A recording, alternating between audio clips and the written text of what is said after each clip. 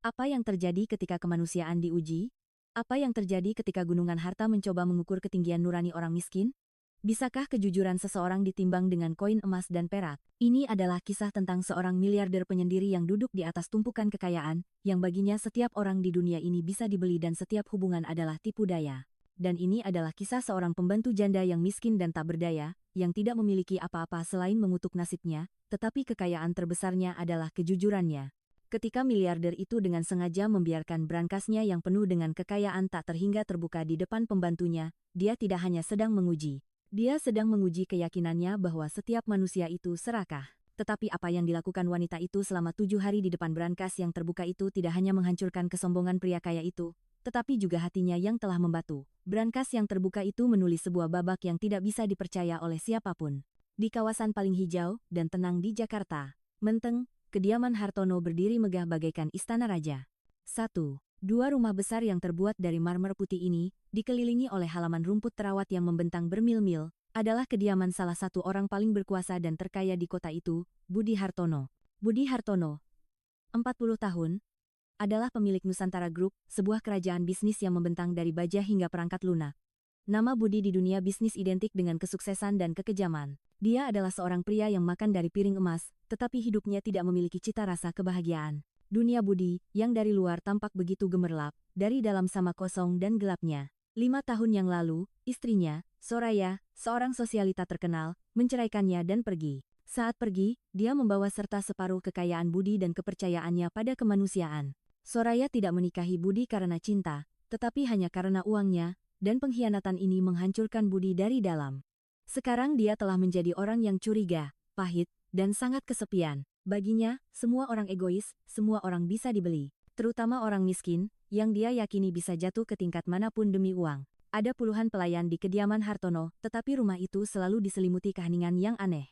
Budi tidak mempercayai siapapun. Kamera dipasang di setiap sudut, dan setiap pelayan diawasi seperti elang. Ujung lain dari cerita ini berada di sudut Jakarta yang sama sekali berbeda. Di sebuah perkampungan padat penduduk yang kumuh dan sesak di pinggiran kota. Disinilah, di sebuah kamar yang lembab dan gelap, Siti tinggal. Siti, 30 tahun, yang matanya menunjukkan lebih banyak rasa sakit dan kelelahan daripada usianya. Siti adalah seorang janda. 3 tahun lalu, suaminya, Surya, yang bekerja sebagai buruh pabrik, meninggal dunia akibat kecelakaan mesin. Surya mungkin miskin, tetapi dia adalah orang yang sangat jujur dan bermartabat. Dia tidak memberikan Siti semua kemewahan dunia, tetapi cinta dan rasa hormat yang tak terbatas. Setelah kepergiannya, dunia Siti hancur. Sekarang, satu-satunya penopang dan alasan hidupnya adalah putranya yang berusia 7 tahun, Adi. Siti tidak pernah mengemis kepada siapapun. Dia menjadikan prinsip-prinsip suaminya sebagai pedoman hidupnya. Dia menafkahi dirinya dan putranya dengan bekerja sebagai petugas kebersihan di rumah-rumah orang. Dia bekerja di 4 atau 5 rumah dalam sehari dan ketika dia kembali ke kamarnya di malam hari, lelah, wajah Adi yang tersenyum akan menghapus semua keletihannya. Dia hidup dalam kemiskinan, tetapi dia kaya akan martabat. Suatu hari, keluarga tempat Siti bekerja pindah ke kota lain. Siti kehilangan salah satu pekerjaannya. Dia sangat khawatir. Sewa rumah harus dibayar, biaya sekolah Adi harus dilunasi.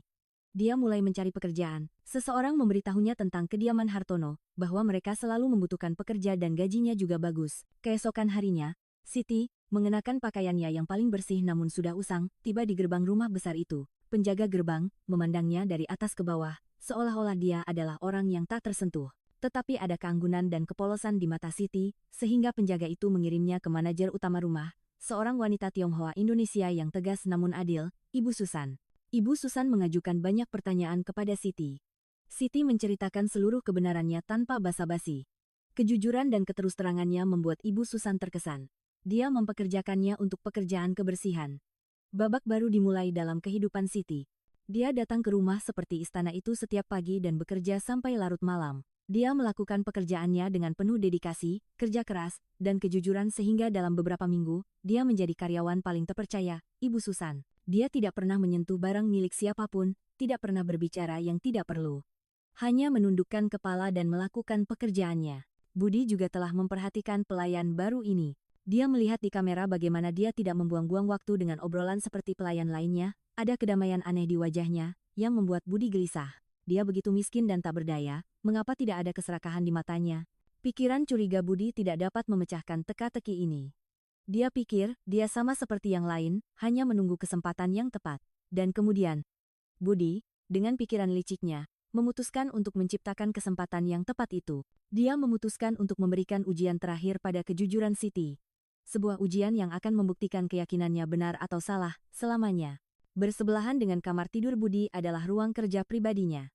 Di ruangan inilah brankas besinya yang antik disimpan. Di brankas ini, dia sering menyimpan dokumen-dokumen pentingnya bersama dengan uang tunai jutaan rupiah dan beberapa batangan emas. Pembersihan ruangan ini hanya dilakukan oleh Ibu Susan atau pelayan paling terpercaya, dan sekarang tanggung jawab ini ada pada Siti. Suatu pagi, Budi memasukkan lebih banyak bundel uang tunai ke dalam brankas. Tumpukan uang kertas, batangan emas, semuanya terlihat jelas. Kemudian, dia membiarkan pintu brankas sedikit terbuka.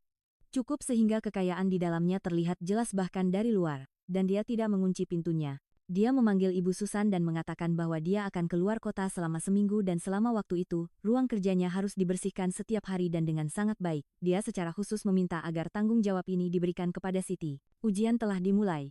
Hari pertama. Siti masuk ke ruang kerja untuk membersihkan. Dia sedang melakukan pekerjaannya ketika matanya tertuju pada brankas yang setengah terbuka itu. Sejenak, napasnya berhenti. Matanya terbelalak melihat tumpukan uang kertas dan emas yang berkilauan di dalamnya.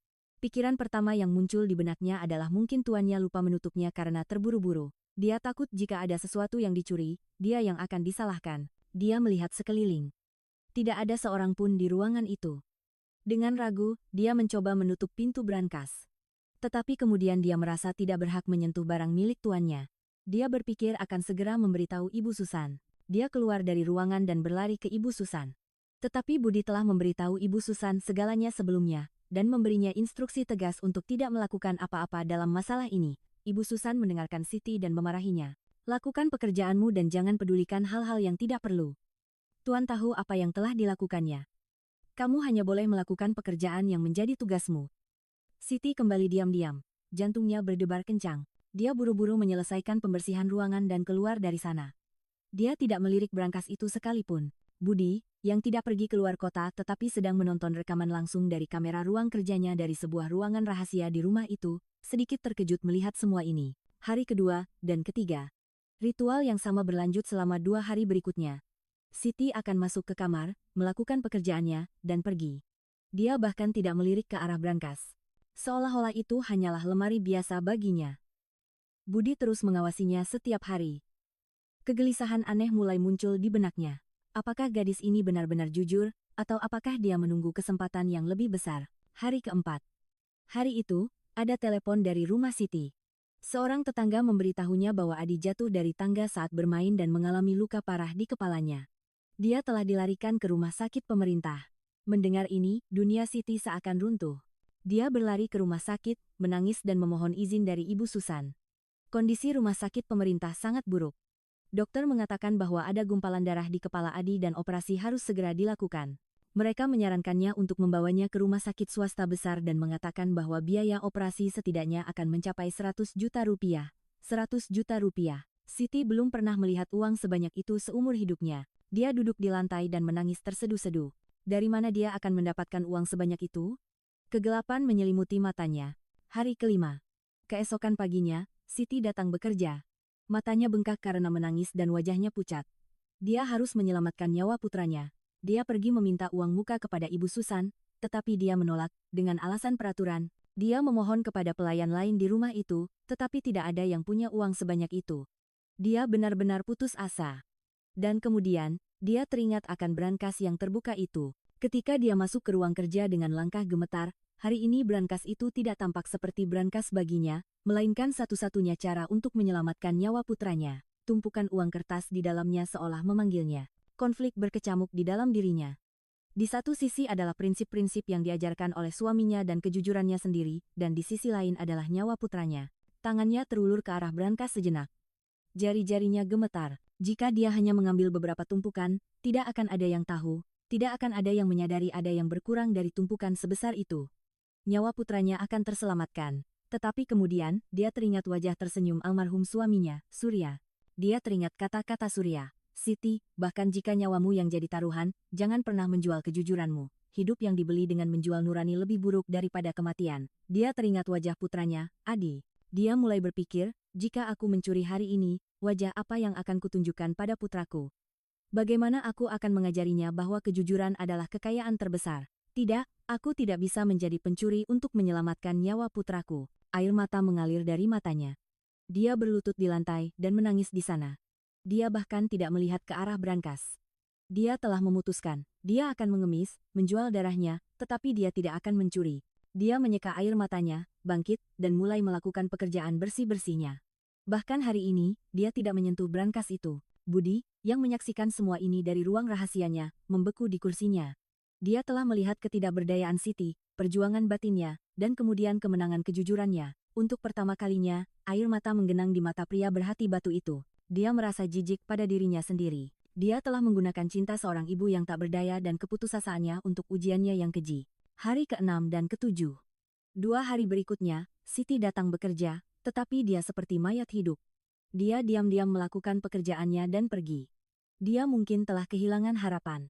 Pada hari ke-7, ketika dia selesai bekerja dan hendak pergi, dia mengeluarkan sesuatu yang kecil yang terikat di ujung pakaiannya. Itu adalah cincin kawinnya. Kenang-kenangan terakhir dari suaminya. Dia menciumnya, menempelkannya ke matanya, dan memutuskan bahwa besok dia akan menjualnya, dan memulai pengobatan putranya, dengan uang apapun yang dia dapatkan, apapun yang terjadi. Ujian telah berakhir. Siti telah menang, dan Budi telah kalah. Hari ke-8. Ketika Siti datang bekerja di pagi hari, Ibu Susan memberitahunya bahwa Tuan telah kembali dan memanggilnya ke ruang kerjanya. Hati Siti mencelos. Dia pikir dia pasti akan dituduh mencuri. Dengan takut-takut, dia memasuki ruang kerja. Budi sedang duduk di kursi besarnya, dan ada kedamaian aneh di wajahnya. Brankas itu sekarang tertutup. Budi memintanya untuk duduk. Siti hendak duduk di lantai, tetapi Budi bersikeras agar dia duduk di kursi di depannya. Dengan suaranya yang dalam, Budi berkata, "Siti, saya tidak berada di luar kota selama 7 hari terakhir. Saya ada di sini, dan saya telah mengawasi Anda dan brankas yang terbuka ini." Darah Siti seakan berhenti mengalir. Budi melanjutkan, "Saya ingin tahu apakah ada orang di dunia ini yang tidak bisa dibeli. Saya ingin menguji apakah kemiskinan selalu melahirkan ketidakjujuran, dan hari ini, saya mendapatkan jawaban saya." Dia bangkit dari kursinya, mendekati Siti, dan berdiri dengan tangan terkepal di depannya. Dia berkata, "Siti, maafkan saya. Saya telah melakukan ketidakadilan besar terhadap Anda. Saya meragukan kejujuran Anda, saya menjadikan keputusasaan Anda sebagai tontonan. Saya adalah orang yang sangat buruk." Air mata mengalir di pipi Siti. Tapi hari ini, itu bukan air mata ketidakberdayaan, melainkan keheranan. Budi berkata, "Putramu adalah putraku. Dia akan mendapatkan perawatan terbaik di dunia." Dia segera menelepon manajernya, dan memerintahkannya untuk mengatur operasi Adi di rumah sakit swasta terbesar di kota. 3, 4, 5, 6. Sejak hari itu, dunia di kediaman Hartono berubah. Operasi Adi berhasil, dan Budi sendiri yang membawanya pulang dari rumah sakit ke kediaman. Dia memberi Siti dan Adi tempat tinggal di paviliun tamu terbaik di rumah itu. Siti bukan lagi seorang pelayan di rumah itu. Budi, yang selama bertahun-tahun tidak mempercayai siapapun, sekarang mempercayai Siti secara buta. Dia akan berbicara dengan Siti selama berjam-jam. Siti akan bercerita tentang desanya, suaminya, dan kebahagiaan kecilnya. Budi menemukan kedamaian dalam kata-kata Siti, dalam kesederhanaannya, dan dalam sifatnya yang tanpa pamrih, kedamaian yang tidak pernah dia temukan dalam kekayaannya yang bernilai jutaan. Dia akan bermain seperti anak kecil dengan Adi. Setelah bertahun-tahun, tawa seorang anak bergema di rumah yang sunyi itu. Budi mulai menyadari bahwa arti hidup yang sebenarnya bukanlah menghasilkan uang, tetapi berbagi kebahagiaan. Dia menyadari bahwa cinta dan kasih sayang yang dia cari di dunia luar ada di rumahnya sendiri. Dia tidak hanya menghormati Siti, tetapi juga jatuh cinta padanya. Dia jatuh cinta pada wanita yang nuraninya tidak goyah bahkan di hadapan kilauan emas. Suatu malam, ketika mereka bertiga sedang duduk di halaman, Budi, dengan keberanian besar, memegang tangan Siti. Dia berkata, "Siti, istriku meninggalkanku dan mengambil kekayaanku. Suamimu meninggalkanmu dengan kekayaan kejujuran dan cinta.